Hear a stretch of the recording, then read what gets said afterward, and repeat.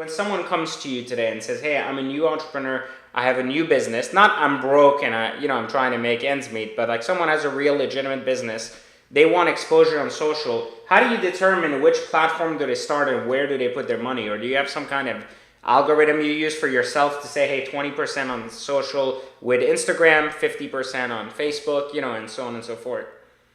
Yeah, so every business is either slightly or greatly different. So we usually start with tests. We test a little bit on Instagram, a little bit on Facebook. It depends on the brand. Sometimes YouTube can make sense if it's targeting children and younger kids, just because there's a lot more content there for them. Most of the time, Facebook and Instagram, as far as social goes, are the best places to place your money currently. There's also a little frustration, though, because I'd say 85% of our ad dollars are going to Facebook, and that is a lot of saturation. And there's a lot of risk in that with Facebook could make a decision to change their algorithms, and then it gets way more expensive and you're relying on it. So we like to diversify too and leave some other channels open. But a lot of times, especially when it's new, we'll just go with what works. Like with a new entrepreneur, part of the battle is you need some early wins to keep going. So we're going to go for the stuff that's proven before we continue, try messing with, let's say, Snapchat, which hasn't proven anything yet, but still has the potential to. And so we're going to go with stuff that we know works day in, day out. You brought up a really good point that I think people forget is when you put all your eggs in one basket, even if you do really well with it, all these companies are changing their algorithms every 2-3 months with something new or some type of new way to benefit themselves.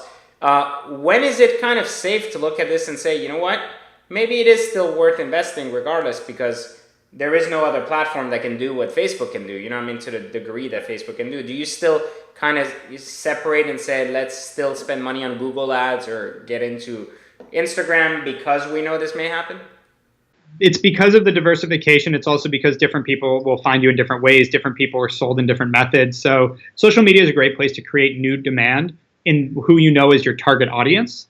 It's a great place to introduce your product to people that didn't know existed, whereas Google is a great place to answer people's demand that are looking for your product. It's much more lean forward. The problem is it's really hard for certain products to predict exactly what they're looking for. And if you have an innovative product, it's even harder because no one's going to be looking for it.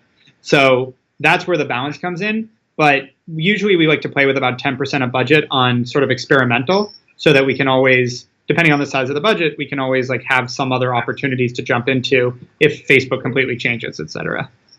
So let's talk a little bit about Snapchat because you said it was kind of an unproven platform yet. There's still some potential there and it has its ups and downs in the media. One week it's popular, the next week it's not, and their IPO didn't do what they were expecting. So tell me a little bit about that platform as a whole. I know you have experience with them firsthand.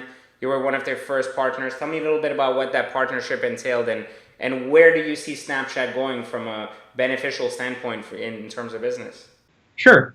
Yeah, they actually got downgraded by their investment bank that took them public today, Morgan Stanley. So not a lot on the public market side of it, but that's because they IPO'd without any profits. Pretty tough thing to do. That being said, they have an incredible user base. It's still getting, the usage is great. The problem with Snapchat, which is the problem with Twitter, is context. Someone doesn't go onto Snapchat to sit there and watch their stories and just do this. That's not how people use Snapchat.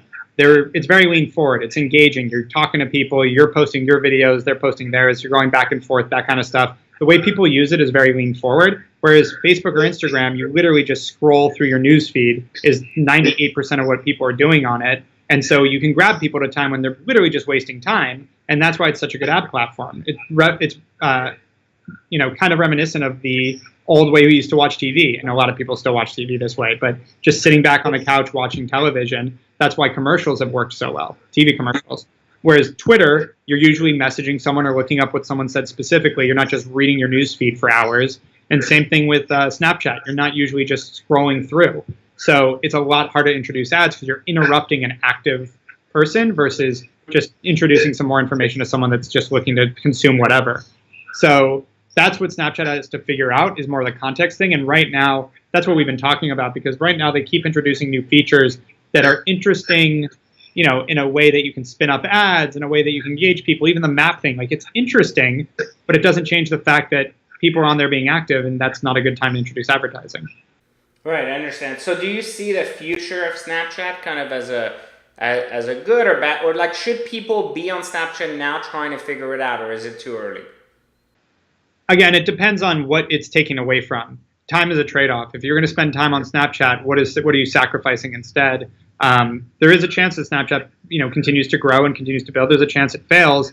My view of marketing is, again, it's that 90-10 thing. 90% of your time should be spent on stuff that incrementally works and grows your business. 10% can be spent on the experimental stuff.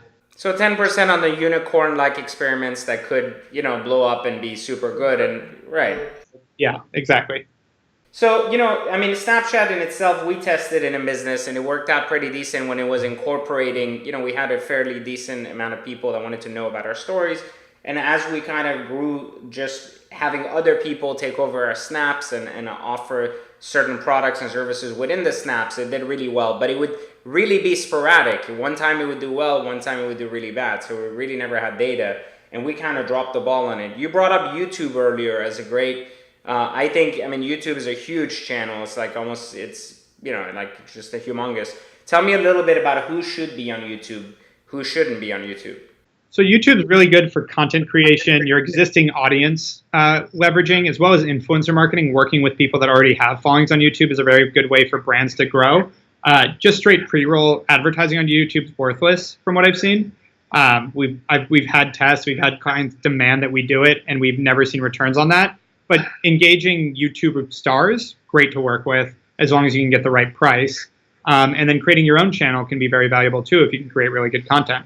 So how do you convert content on YouTube? Because I think that's one of the biggest struggles people have, is there is some people who do really well and hit it to go almost viral, meaning like they get some momentum, one of their videos really gets seen a lot. But then they're like, well, I got a video on there, I got 20,000 subscribers. Well, what do I do with them?